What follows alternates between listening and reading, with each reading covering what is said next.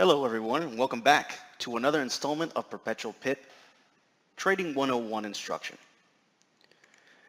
Today's discussion is going to be on how the Forex is traded. If you've watched our other videos, then you're kind of already well versed. You've got a general understanding of why the market is traded, why traders choose to use this exchange, and of course what different day-to-day situations necessitate the creation of such a market.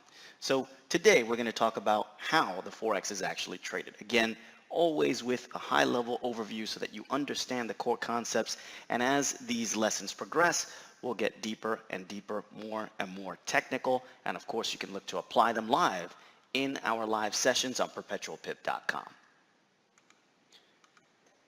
When it comes to the actual active trade, in order to be able to place a trade in the Forex, the first thing that you're going to need is electricity. The next thing that you're going to need is a computer, a tablet, or some sort of smart device, and internet access, right? So the good news is that if you're watching this video, the majority of the battle has been won. You're already well on your way to being able to trade. But seriously though, what you are definitely going to need to be able to trade on the Forex is a broker account. Regulation in the Forex dictates, or mandates I should say, that all positions be placed through a broker. Right? It's just like the New York Stock Exchange. Although you can go and visit the New York Stock Exchange, for example, and you can see the trade floor, there's a bunch of people yelling and screaming, buy this, sell that, right? But these individuals are not just Joe Blow like you and I, right? These are individuals that are working on behalf of a broker, a big trading institution, right? They want to make sure that things are regulated and they know where every single entry is coming from. Now, as you can see here from the image on the right, there are many, many options, and there are more options than this. I am not affiliated with any broker whatsoever, so I won't push any broker on you, okay? I want to encourage you to do your own independent research. You'll be able to find multiple forums out there as far as what brokers do, what options they provide. Different countries are going to have different regulations as far as leverage that they provide, etc., etc. Okay, but just bear in mind that you definitely will need a broker to be able to enter into a position in the Forex. Right now, what is a broker? Essentially, a broker is a bank. Okay, and just like any bank, what you're going to do is you're going to be able to open up an account. Now, unlike most banks, a broker is mostly a virtual institution, right? So you would log on to their website. Some brokers do even still do the phone call thing where you can call in and you can open up an account, all right? But most brokers, you would simply be able to log into their website and make a secure transaction, a secure opening of your new account, all right? You will go ahead and then you deposit funds into that account for the purpose of trading on the Forex. Now that is known as your margin account, okay? That's going to be known as your margin account. That's going to be your available or tradable margin. Now, let's stop right there, because a lot of traders then think, okay, so then the broker's just going to be pulling from that, or I'm going to be pulling from that account, and I go and I trade on the Forex. No. The Forex is, as I mentioned, a virtual marketplace. So although you and I, through the process of these lessons, we're going to learn how to actually go about executing these orders, the reality is that we are simply sending commands to the broker, and then the broker forwards them onto the actual marketplace. That's how the regulations work. That's how it has to be. Also, instead of taking bags of our own funds and just trying to show up to the Forex, which we can't do because it's in the computer world, we are actually looking to take short-term loans from the broker using the concept of leverage. Effectively, what that implies is we are not trading our funds. Instead, we are trading short-term loans or taking short-term loans from the broker. This allows us to magnify our trading potential. And since we are trading the broker's funds on the Forex, we get paid at a percentage for every pip that we win or lose. Okay? You are not trading your funds on the Forex. It works based on leverage. You take a short-term loan from the broker, depending on a lot size. We're going to talk about that in the future. But depending on a given lot size, you will then be paid at a percentage. So let's break this down visually. First things first, this is me as a trader. I have some funds lying in wait. I've accrued enough funds either by inheritance or hard work, whatever the case may be, it doesn't matter. I've got a little bit of money that I want to try and get to work for me. So what I'm going to do is I'm going to open up a broker account. Once I deposit my funds into this broker account, that's going to be my tradable margin. I will then go and take a look at opportunities on the Forex. And when I decide that I want to enter into a position, I send my message to the broker. The broker will then provide me based on the leverage. So let's say that you're in the United States, and you're going to notice this with me and in my lessons. What I prefer to do is try to give you a worst case scenario.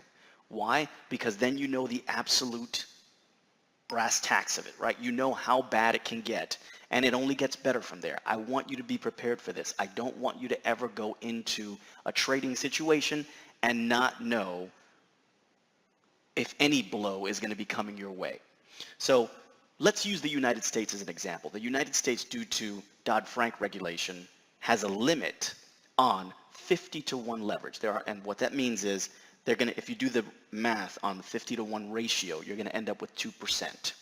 Okay, that is the absolute maximum that you will get on a US-based account. Now, around the world, that's not necessarily the case. Around the world, you will get up to 400-to-1 in different countries around the world. But again, I like to use worst case scenario. So let's say that you are opening up a US-based account at 50-to-1 leverage. What that means is that your margin requirement, which is your down payment, how much you have to provide the broker with in order for them to even allow you into a position, your down payment will always be 2% of whatever lot size you're looking to trade. Okay? So if you have a much larger amount of leverage, a leverage ratio, then that means that your percentage or down payment ends up being smaller. In the United States, you have to put down at least 2%. So if I was going to trade, let's say a $10,000 lot, let's say my total account right now, I've deposited $5,000. But the leverage allows me to magnify or amplify my trading capability. I can trade a much larger lot size. We're going to talk about appropriate equity management and handling of your risk in future lessons. But just for the purposes of this example, I can take a short-term loan from the broker of $10,000. That's called a mini lot. We'll talk about that later. If I decide to trade a mini lot and and take a mini lot, a loan of $10,000, the broker will require me to leave a deposit of 2%. So I would have to leave $200 with the broker. That's a refundable deposit. The broker will then send my position to the Forex. All right? And I'm going to go ahead and place my position on the Forex. If I win or lose, then that information, however many pips, price in point, or little ticks, the market moves in my direction. If I win or lose, that information then gets transmitted back to the broker. The broker will refund my deposit, my margin, back to my account, and any profits or losses that I have gained or lost will be subtracted from my account balance. So if I traded this mini lot and I went ahead and I captured, let's say, 50 pips, then they'll go ahead and they will refund my deposit of $200 and they'll add the positive 50 pips to my balance, minus the spread. Okay? We'll talk about the spread and all that in the actual more technical discussions. All right? But for now, suffice it to say that the spread is the difference between the bid and the ask, or effectively the troll toll, how much you have to pay the broker to be able to be allowed to trade on the market.